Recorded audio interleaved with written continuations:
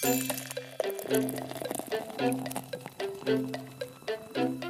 this is Walt Smith, back for another week of Walter's Glass Half Full.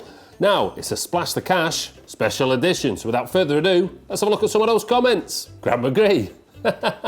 Don't ever talk SH1T to another club. You are all plastic fans.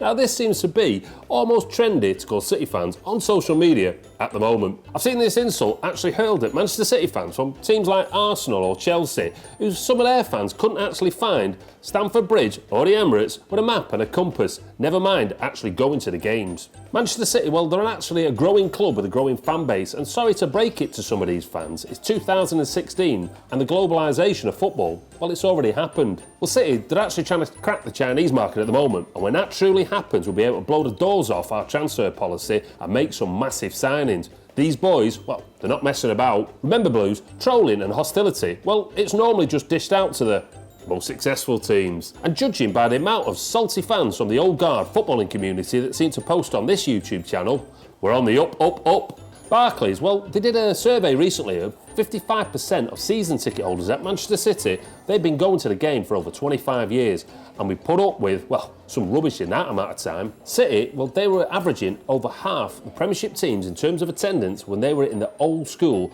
3rd Division. City, indeed, have the largest ever attendance in English League football. But Blues, hey, keep that under your hat. Deck Armstrong, Yaya to stay. But as an impact player, I completely agree with this, strangely enough. Now, it's not up to me to tell what Pep to do or not, but Yaya as an impact player could play a completely positive influence going forward. One thing is for certain, Yaya will have to change, not Pep. And with the rumoured double training sessions, we could see a new Yaya reborn under Pep. Remember, Pep isn't afraid to get rid of any big name players who he feels won't contribute. Ronaldinho, Dzeko, etc. Pep, well, he'd have spoken to Yaya, and if he likes what he hears, Yaya stays. And if he doesn't, well, bye-bye Yaya. I see Yaya's role at Manchester City more as a peripheral player in the future. It'd be almost like a plan B. But, what a plan B. Playing Yaya in a midfield 2 last season, well, it was almost naive and detrimental, well, to Manchester City. But playing him on occasion as that deep-line midfield maker, well, a little bit like Frank Lampard or Alonso at Bayern Munich, well, he could certainly pull it off. Can you imagine a fitter Yaya actually collecting the ball, popping his head up and seeing Aguero, Sterling, Sane all bombing it up the pitch? He'd be able to lay it on a plate for him. Does anyone remember that goal that Negredo scored with that pass from Yaya?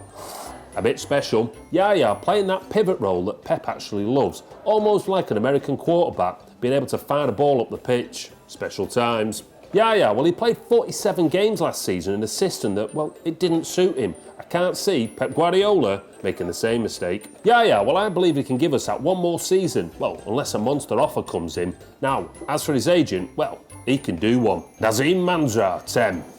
We are dead next season. Man United have stars and we cannot even win against Arsenal. Pep is useless to City. Hang on a minute, mate. Friendlies, well, they're exactly that, friendlies. They're for blowing away the summer excess that we all seem to have. They're a time for ironing out any creases, or indeed a time for youngsters to try and stake a claim in that first team. They're a time for youngsters, well, to make mistakes, because, mate, they don't actually matter. They're a time, well, for old pros, no, not the type that Wayne Rooney's interested in, to put themselves in the shop window. Please, God, somebody take collar off. Nasri, well, he's come back and he's not showing, well, any interest. Bonnet, well, he's far too static for a Pep system. And Mangala, well, he's not good enough on the ball. Maffeo, Angelino, Tossin, along with our other youngsters who we've signed, Stones, Sane, Jesus, Marino, well, Pep's actually building for the future, almost like a blue dynasty. Put these friendlies in some kind of context, we got hammered by Stuttgart just before the start of last season and then went on to win the first 5 games. Before we won the league in 2012 in the Charity Shield, well, a friendly, we got beat by Manchester United at Wembley. Wayne Rooney called it a footballing lesson. We went on to actually stuff them in their own backyard a couple of months later, 6-1. Take it. And on top of that, the famous Aguero moment and lifted the trophy. I'm not going to lose any sleep over these friendlies. After all, Liverpool beat Barcelona 4-0 and they're hardly contenders, are they? Well, that about sums up another week of Walter's Glass Half Full. Now, if you need any positivity injected into your blue world, what are you waiting for? Get tapping below. Oh, season's starting. Time for another.